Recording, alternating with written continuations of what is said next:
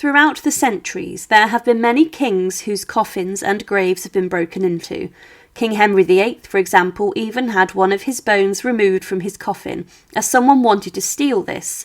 And also, the coffin of King Charles I was opened, and it was found that his reattached head had actually come off of his body again. Some coffins of kings were opened to see what state the remains were in, and even hundreds of years after their deaths, these were found to have been remarkably well preserved. But just investigating this caused instant decay and rot, and altered the remains for centuries to come, and damaged the body of a king beyond repair. In this video, we look at 5 kings' coffins which should have never been opened. And to support our channel, please make sure to subscribe. One of the most crazy executions in English history saw the King, Charles I, on the 30th of January 1649, be taken to the executioner's scaffold, which had been created on Whitehall. He was the man who had plunged his country into the deadliest civil war ever fought on English soil, and he has been condemned by Parliament and figures such as Oliver Cromwell. But the king was met by an anonymous executioner and an axeman who in one swing of the axe took the king's head from his shoulders. However, as the king's remains were gathered up, there was a question as to what to do with the body of Charles I, as Parliament were worried that it would become a royalist relic and be venerated by those who wanted to oppose the new political structure in England. But Charles I was buried in secret, alongside one of the most controversial and notorious kings of England, Henry VIII. But 200 years after his execution, his coffin was broken into. King Charles I's execution was a shocking event in which he was taken under armed escort to the Palace of Whitehall, next to where he would be executed. He was escorted onto the scaffold, and his public were looking on, and he was taken through a window of the banqueting house. Charles made a speech to the crowd that day which was difficult to hear, and he said, "An unjust sentence that I suffered to take effect is punished now by an unjust sentence on me. But I must tell you that their liberty and freedom consists in having government. It is not their having a share in the government. That is nothing appertaining unto them. A subject and a sovereign are clean different things. Before finishing, I shall go from a corruptible to an incorruptible crown, where no disturbance can be." His words were ominous, and were those of a man who believed his time on earth was up, but Charles would then be given himself over to the executioner at around 2 p.m. He then lowered himself onto the block after uttering a prayer, and he told the executioner he was ready by stretching his arms out as the blow from the axe then came crashing down. The king lost his head, and the crowd that day sighed, as they were not necessarily excited with what they saw. Many believed that Charles I was sent by God to rule over them, and that now they would be punished.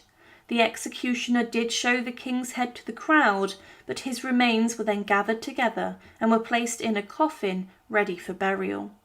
After the execution, the remains of Charles were then embalmed, and during this the royal physicians and doctors sewed the head of the Stuart monarch back on. But there was much debate as to where to bury the lead-lined coffin and the body of the executed king. Parliament began to debate this, and they believed it was too much of a risk to bury the king inside of central London, where it could be dug up, and they did not want to allow Charles the precedent of being buried alongside other kings and queens in Westminster Abbey.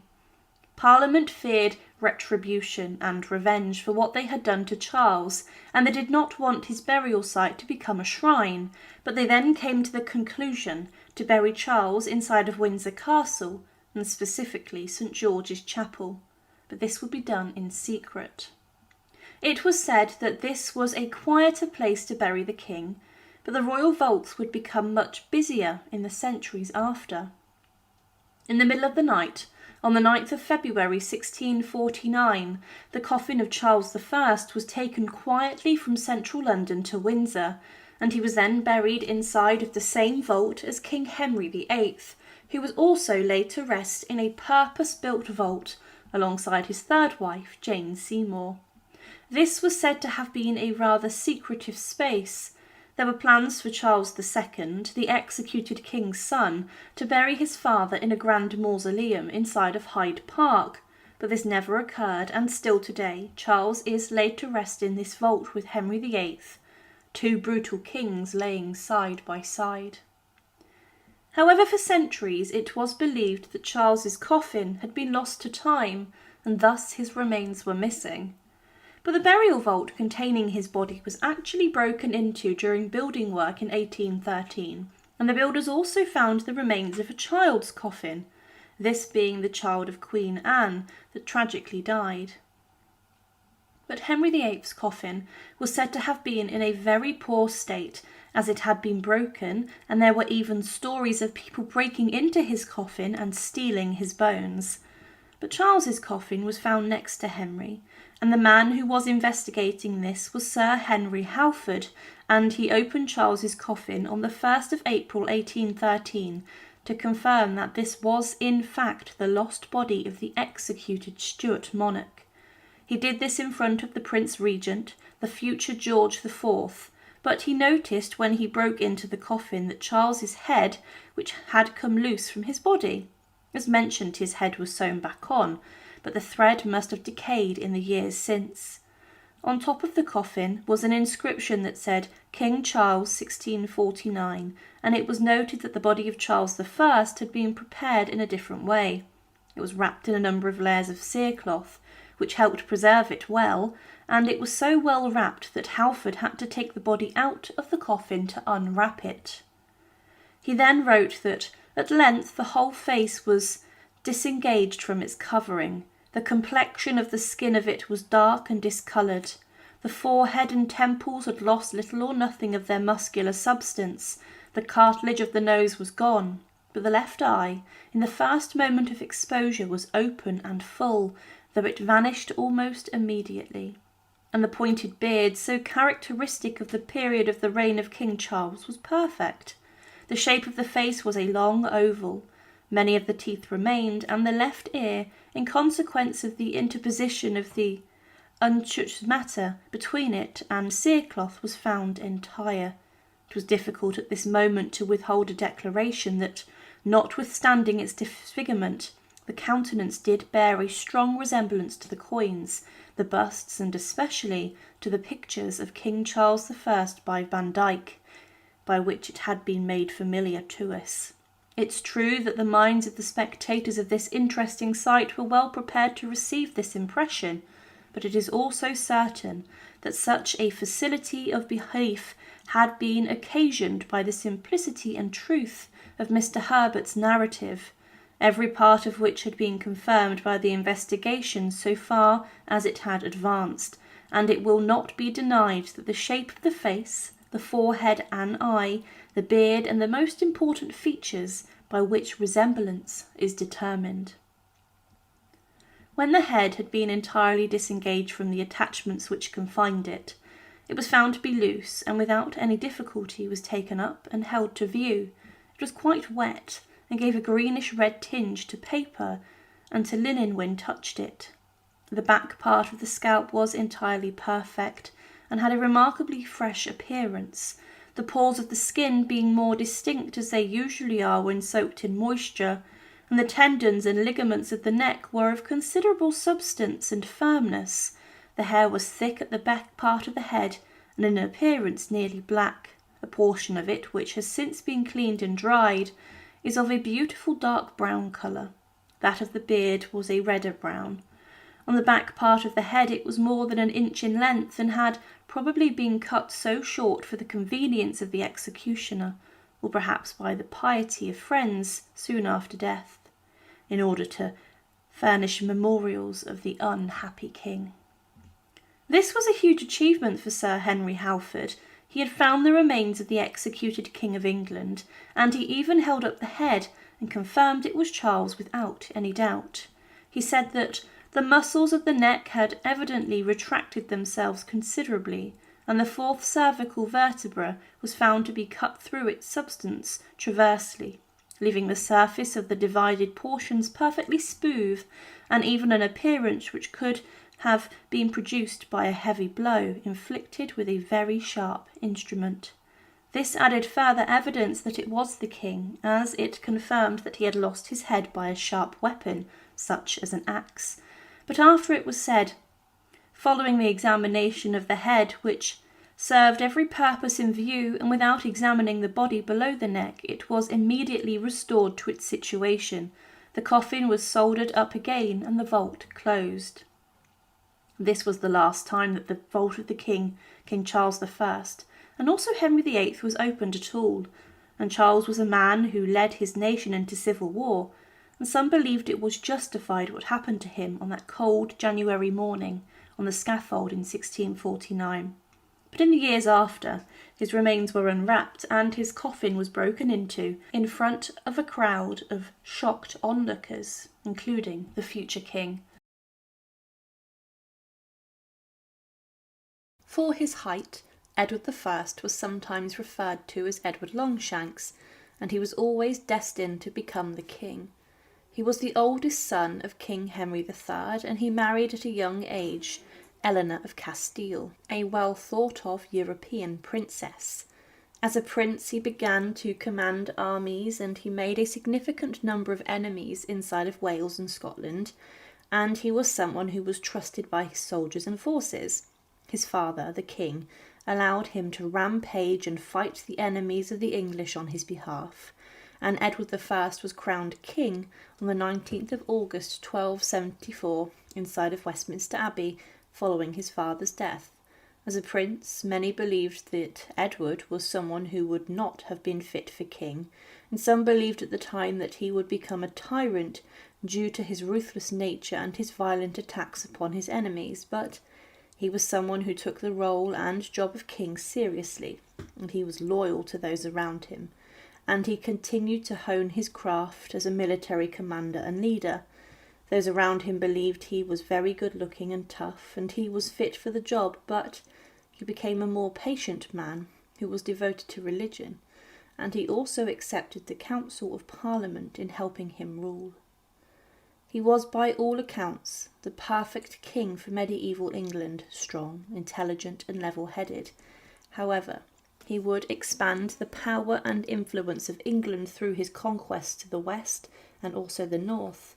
He attacked Wales and almost brought the country to its knees, invading and blockading the Welsh forces, which led to them surrendering. He besieged Welsh towns and castles and forces that the Welsh would accept him as their ruler, and he would for years later ruthlessly put down Welsh rebellions and uprising against the English. He even had one of his sons born there, his eldest, who then took on the title of the Prince of Wales, and this is still a tradition today. But Edward I would also shatter the peace established between England and the Scots, and he rampaged across the border and wanted more land and power inside of the northern country, which he believed was a vassal state to England. He wanted Scotland to fund England and be answerable to the English crown, and he was given influence inside of the nations, as he even managed to choose a puppet king to rule over Scotland.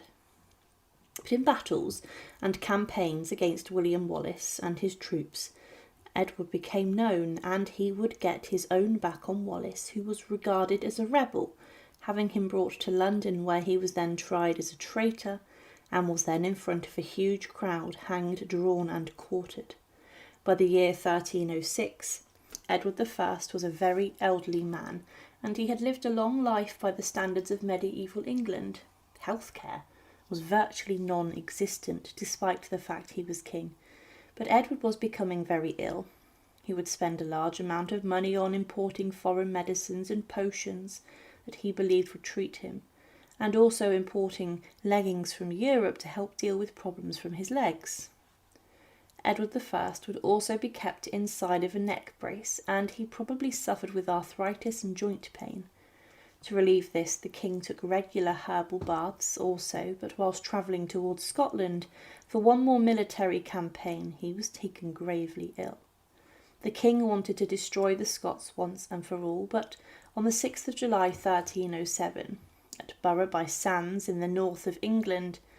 King Edward I was resting inside of his tent. The next morning his servants tried to wake him up, and as they then entered the tent, they knew something was wrong. They lifted Edward's body and he felt cold and limp, and in the evening he had died. A number of rumours that emerged about what happened to his remains, and one of these was that his heart was cut out and was taken to the Holy Lands to be used by crusaders as a holy relic. And there were other rumours that his bones were to be taken every time armies travelled into Scotland to fight the Scots for good luck as a relic. But the reality was that Edward I's body was sent south, and it took many days to get back towards London. It arrived in Waltham Abbey in Essex and lay in state there, and in the September of 1307 his funeral was being prepared. It was then the following month that his body was moved to the monastery of the Holy Trinity, before it finally got to St Paul's Cathedral in London, ready for the funeral procession. Edward I's body arrived at Westminster Abbey on the 26th of October 1307, and the funeral ceremony was large, and the king was buried inside of his coffin, which was lead-lined. He was inside of the coffin wearing his coronation robes, and this included a cloth of gold, lower garments, and also a red silk tunic. He was very much buried in his best clothes.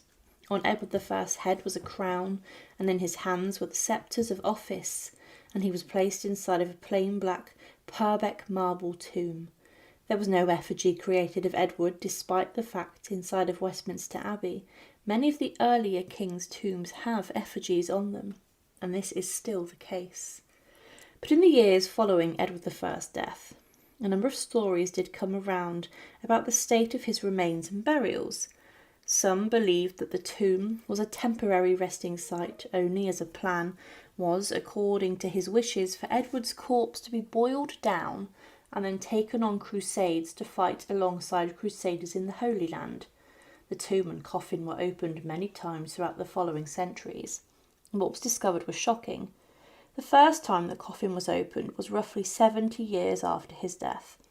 It was stated inside the records that, to the treasurer and chamberlains, order of the king's money to renew the wax about the body of King Edward I, buried in the church of St Peter, Westminster, as used hereforto to be done.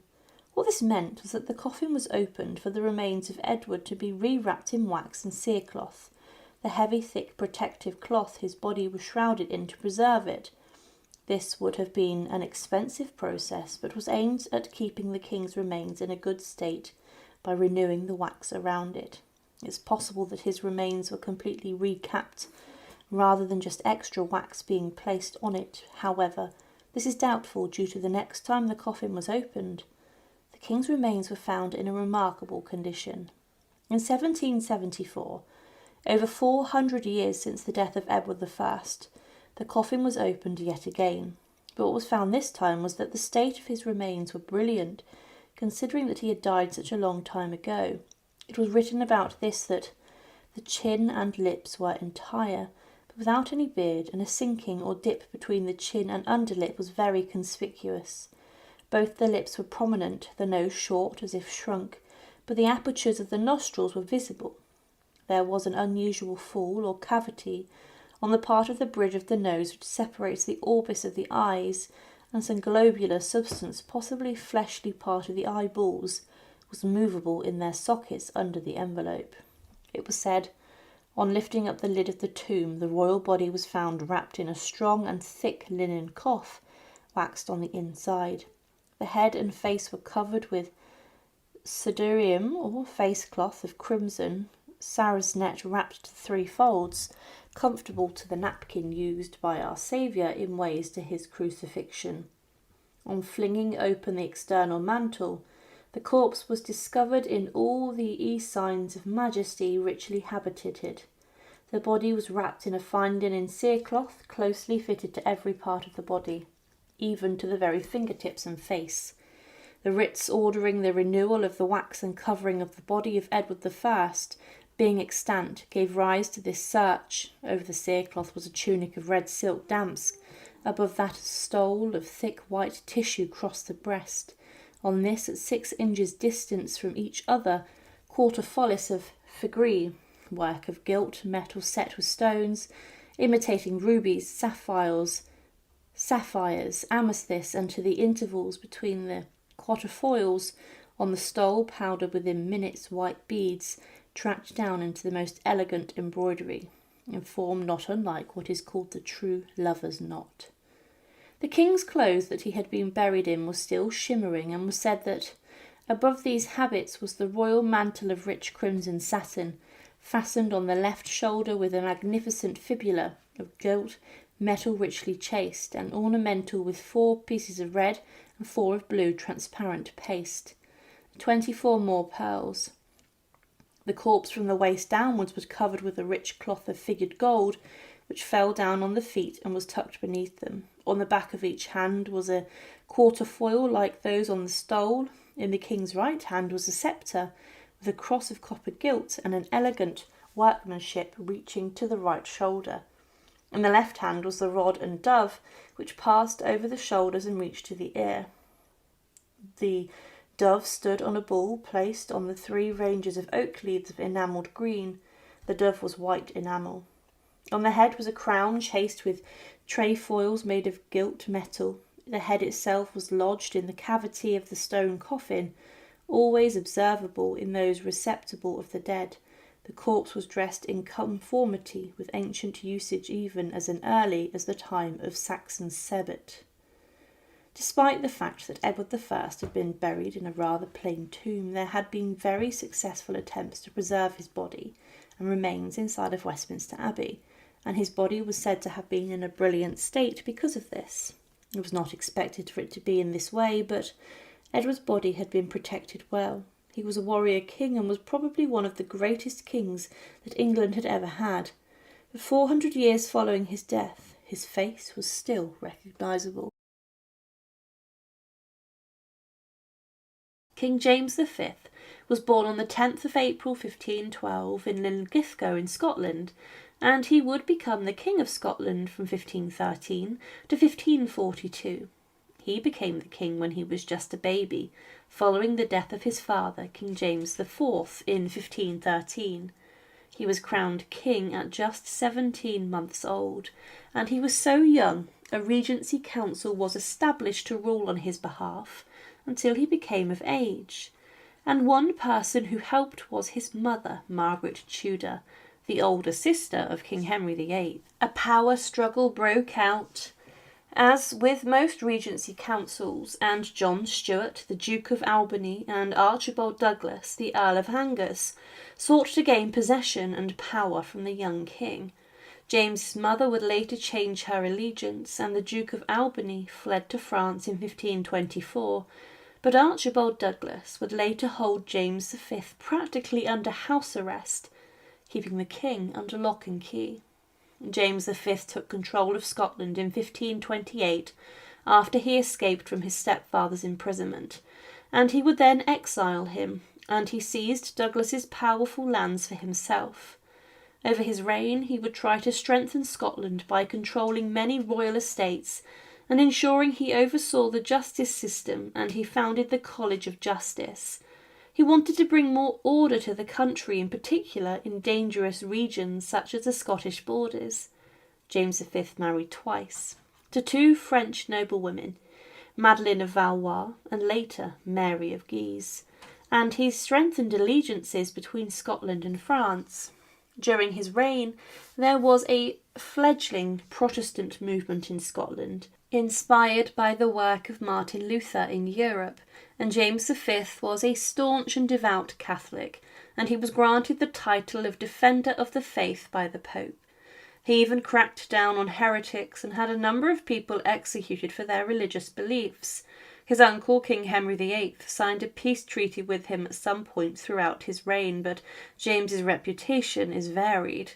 Some believe he was the poor man's king, and he stuck up for those at the bottom of society, but he was ultimately driven by wealth and increasing further money for the treasury.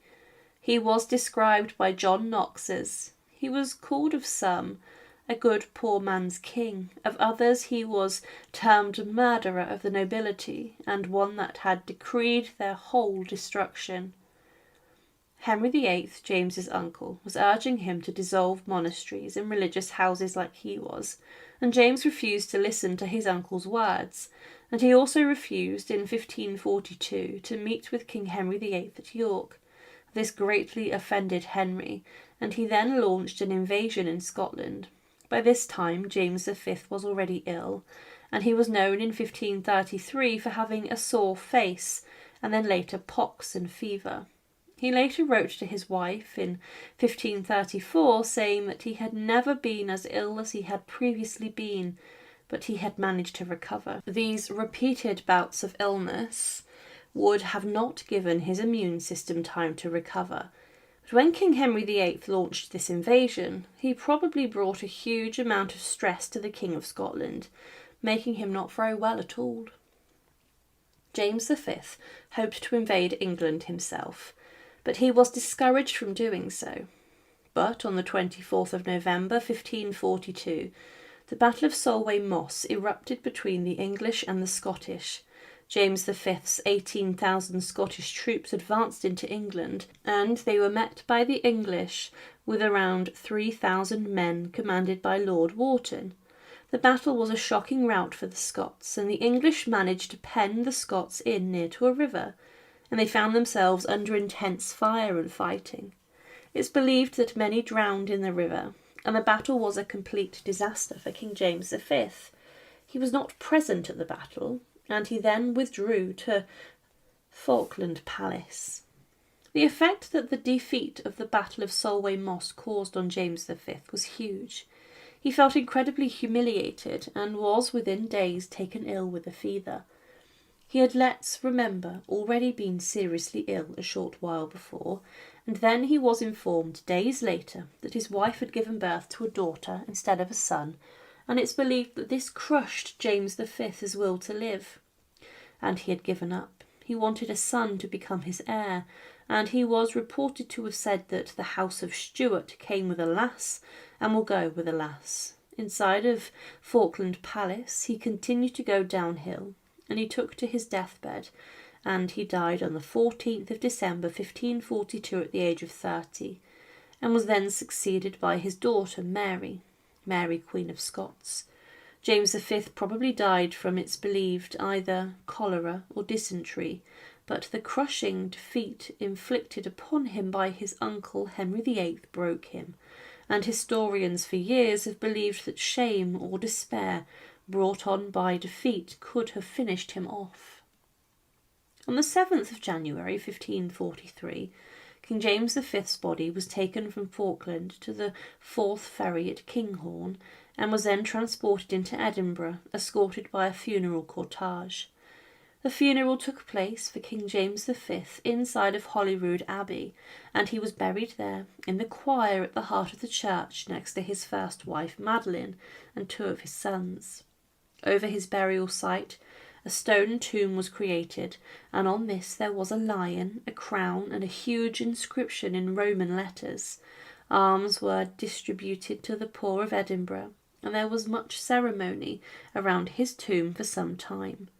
However, later King Henry VIII would launch a further attack upon Scotland, known as the War of the Rough Wooing, and his forces rampaged into Scotland, and specifically into Edinburgh. The English forces then caused a huge amount of damage to Holyrood Abbey, and they desecrated and destroyed the tomb of King James V. After the desecration, James V's body was re-embalmed, being dug out of the grave, and it was re-wrapped in a thick shroud known as a cerecloth. It was then moved to a new royal vault in the south-east corner of the nave of Holyrood Abbey during James VI's reign.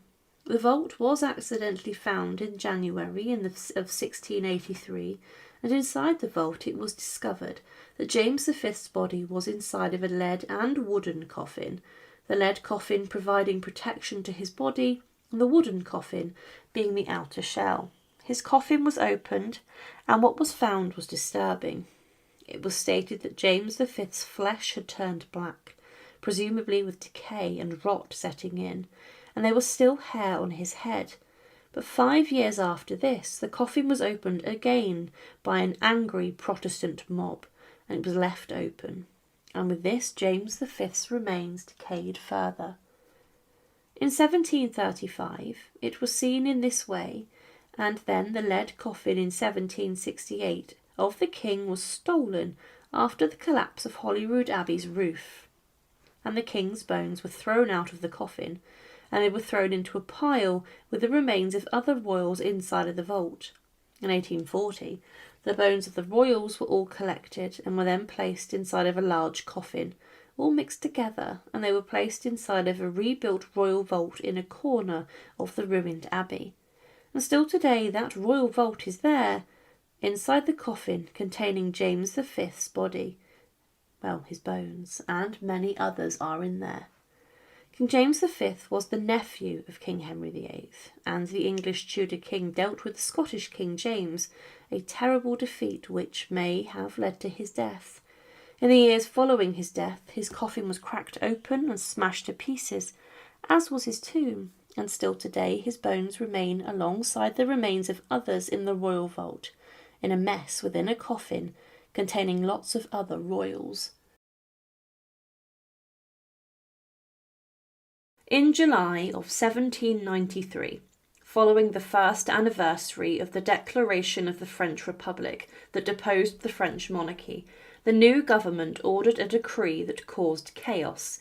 They wanted to punish the former kings and queens who they regarded as tyrants, and they wanted to also wipe the monarchs off the face of the nation and also from the memory of people. With this, the National Convention ordered the desecration and destruction of ancient royal tombs. At the time, the majority of these were inside of the Basilica of St. Denis, close to Paris, which had become a royal mausoleum. With this, groups raided the church and they stole the coffins of the former kings and queens. Also stolen were the visceral urns of the former monarchs. These contained the hearts and entrails of them, which had been cut out of their bodies following their death. The crypts were opened and the remains were taken out of the chapel, and they were dumped in large trenches which had been dug up. The corpses were thrown into these pits, and then the revolutionaries threw quicklime solution onto the bodies to decay them and to then dissolve the corpses quicker. Later, in 1817, the briefly restored monarchy sought to return the remains to the Basilica, and they could only find the lower parts of 3 corpses and the fragments of 158 members of the royal family were later placed inside of ossuaries inside of the crypt.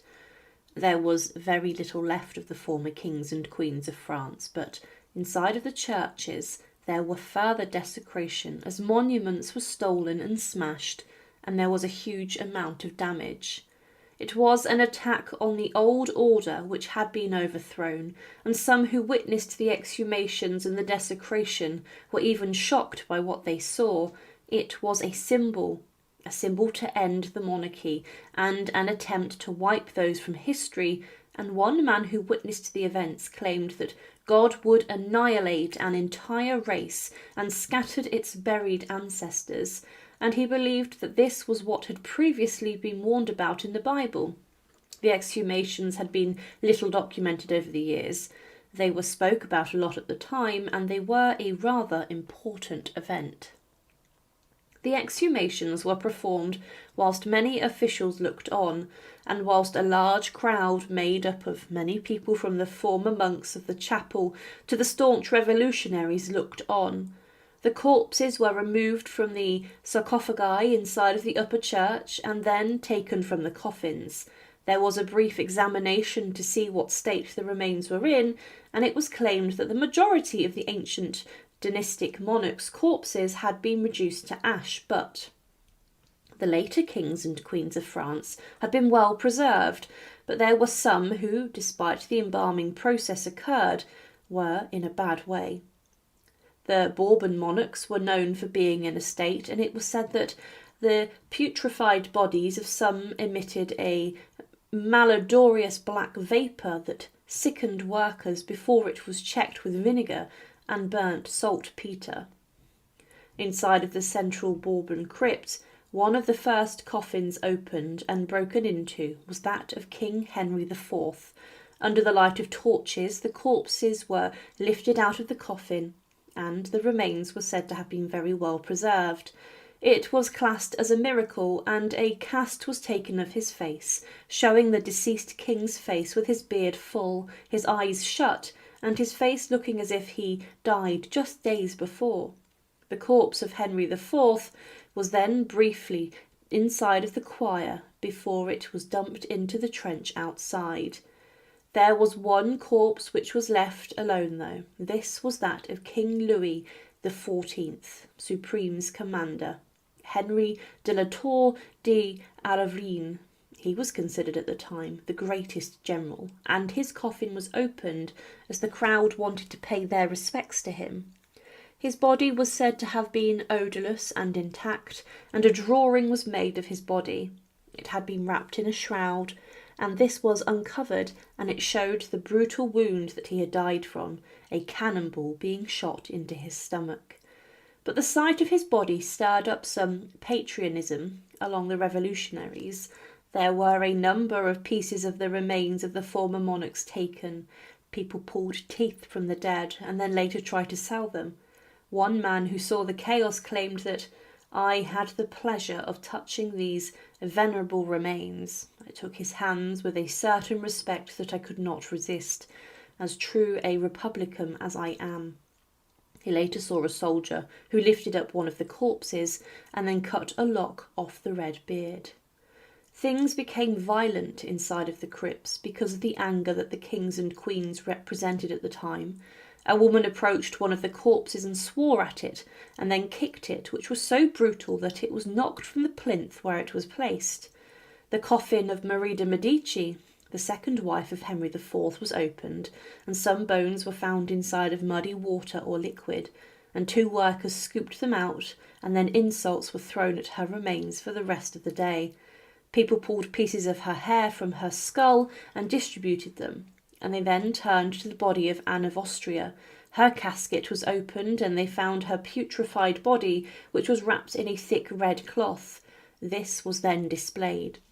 Some people inside of the local area even began to collect royal voyagers' parts, and one man had taken a section of St. Louis's skull, the teeth of King Henry III, and the leg of Catherine de Medici. 21 coffins had been broken into on the 16th of October 1793, and the remains were then thrown into a pit. One eyewitness claimed most of the bodies were decaying. A foul-smelling, thick black vapour was released, which they desperately tried to dispel with vinegar and powder that they had taken the precaution of burning, which did not prevent the workmen from feeling unwell and feverish, but without consequence. In total, 46 kings, 32 queens, and members of the royal family, totalling 170 people, had their tombs smashed open, coffins cracked open, and their bodies exhumed. All of them then had their bodies dumped unceremoniously inside of trenches outside of the church, and one trench was for the Valois and the other was for the Bourbons. A huge crowd gathered to witness the burial of the bodies, and the lime was poured into the grave to dissolve the remains quicker, but also to keep the smell down as the bodies stank. Later, the Basilica of St. Denis was reconsecrated, and as mentioned, the remains were attempted to be returned to the grave, but it was impossible to do this. The desecration of the royal tombs inside of France was a brutal and rough event, one which shocked and horrified many people, but also the corpses of a British king, James II, was targeted, and his corpse was taken away and dealt with, despite him not being a French king. No nation on earth went to the extremes that the French did to destroy the bodies of the kings and queens that reigned over them. It was a harrowing event. Edward VI was born in the October of 1537, the long-awaited son of Henry VIII and Jane Seymour. His birth was celebrated across the kingdom, but even from childhood he was delicate. Court doctors noted that he suffered repeated fevers, colds and chest problems. Though intelligent and academically gifted, Edward inherited none of his father's broad physical strength. Despite this, his early life was comfortable and highly protected. As a child king crowned at 9 years old in 1547, he was sheltered by his advisers and guardians, particularly his uncle Edward Seymour, the Duke of Somerset, and later John Dudley, the Duke of Northumberland. Edward's fragile health was always a concern, but few imagined that he would die so young or that his death would plunge England into political chaos. Edward's final illness began in the January of 1553 with what seemed like a simple cold. However, this quickly worsened, and contemporary sources described a deep, persistent cough, weakness and difficulty breathing. And by February, the rumours had begun. The king was gravely ill. Doctors initially diagnosed a feverish cold, perhaps influenza, but modern historians believe that Edward suffered from tuberculosis, a common and deadly disease in Tudor England. TB explained his persistent cough, his weight loss, night sweats, and the slow, wasting decline described by witnesses. Some modern theories suggest a secondary infection, possibly pneumonia, or even measles, may have weakened him further. Regardless of the exact cause, by the spring of 1553 it was clear the young king was dying. Edward's death was not only a personal tragedy, but a political disaster. He was unmarried, childless, and only 15. England needed a stable succession, and according to Henry VIII's will and the Third Act of Succession, the next monarch should be Edward's half-sister, Mary Tudor, a committed Catholic. But Edward had spent his reign pushing England into a strongly Protestant direction. He feared that Mary, a Catholic, would undo all of his religious reforms, and guided by John Dudley, the powerful Duke of Northumberland, the dying king began to consider an alternative. This led to one of the boldest and most controversial succession plans in English history. As Edward grew weaker, he worked on what he called his device for succession. This document attempted to bypass both of his half-sisters, Mary and Elizabeth, and instead name his Protestant cousin, Lady Jane Grey, as queen. Jane was young, highly educated, and most importantly, firmly Protestant. She also happened to be married to Northumberland's son, which raised suspicions that the Duke was manipulating the situation for his own political gain. In Edward's own words, the crown should pass to the Lady Jane and her heirs male. He believed he was acting to protect England's Protestant future, but many nobles and much of the country were uneasy about overriding Henry VIII's legally established succession.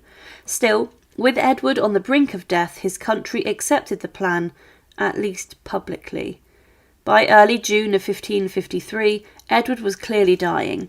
His coughing fits were so violent that attendants could hear him from outside his chambers. Reports described him spitting up blood and suffering extreme weight loss. His once active, studious lifestyle was replaced with long periods trapped in bed. Ambassadors at court wrote vividly about his condition. The French ambassador noted that the boy king was so thin that he seemed no more than skin and bone. The imperial ambassador feared he would not live much longer. Despite the bleakness of his condition, Edward remained mentally sharp. He continued to discuss state affairs and the succession plan with his councillors, even as his strength faded. And by June's end, he could no longer sit upright. His fingernails turned black, his skin became discoloured, and his breathing grew shallow. The symptoms strongly match late-stage tuberculosis. Edward VI died in the evening of the 6th of July 1553 at Greenwich Palace. He was 15 years old. A touching but lightly embellished account says that, as he died, Edward whispered, "Lord, have mercy upon me. O Lord, save the chosen people of England." There is also a report that he recited Psalm 51, "Have mercy upon me, O God," which emphasises forgiveness and repentance. Whether or not these details are accurate, they reflect how contemporaries saw Edward, as a devout and earnest Protestant whose final thoughts were for his faith. His death was kept a secret for 2 days. Northumberland and the council wanted time to prepare for the announcement of Lady Jane Grey as Queen and prevent Mary from raising support. But secrets rarely last long in Tudor England. Edward VI was buried inside of Westminster Abbey shortly after his death, and specifically he was buried in the Henry VII Lady Chapel, the extension to the abbey created by his grandfather. He was buried in a small vault beneath the original altar of Henry VII's Lady Chapel, and he was left under this as it was supposed to symbolise he was buried at the heart of the Tudor dynasty's mausoleum. He had actually been unburied during the long negotiations about how to carry out his funeral, as Mary I wanted him to have a Catholic funeral. Edward VI's burial vault is immediately to the west of King Henry VII's tomb, and is a few feet below the pavement. It's a narrow space meant for just one coffin, and there's no way that someone else's coffin could be placed inside of this vault. Later, this vault was opened in the 19th century, and it was stated that it was a shallow vault containing one leaden coffin. It was described as being rent and deformed as well as wasted by long corrosion, and perhaps having been examined before. What this meant is the body and coffin of the Tudor boy king had been opened before, and someone had been inside of the vault for some reason. The vault was measured to have been 7.5 feet long and 2.5 feet wide. There was debris in the vault, and when this was cleared, the wooden case of the coffin has been in part cleared away, leaving only the lead-lined coffin. It was claimed that at the lower end, the original coffin plate was loose and unsoldered and had curled up.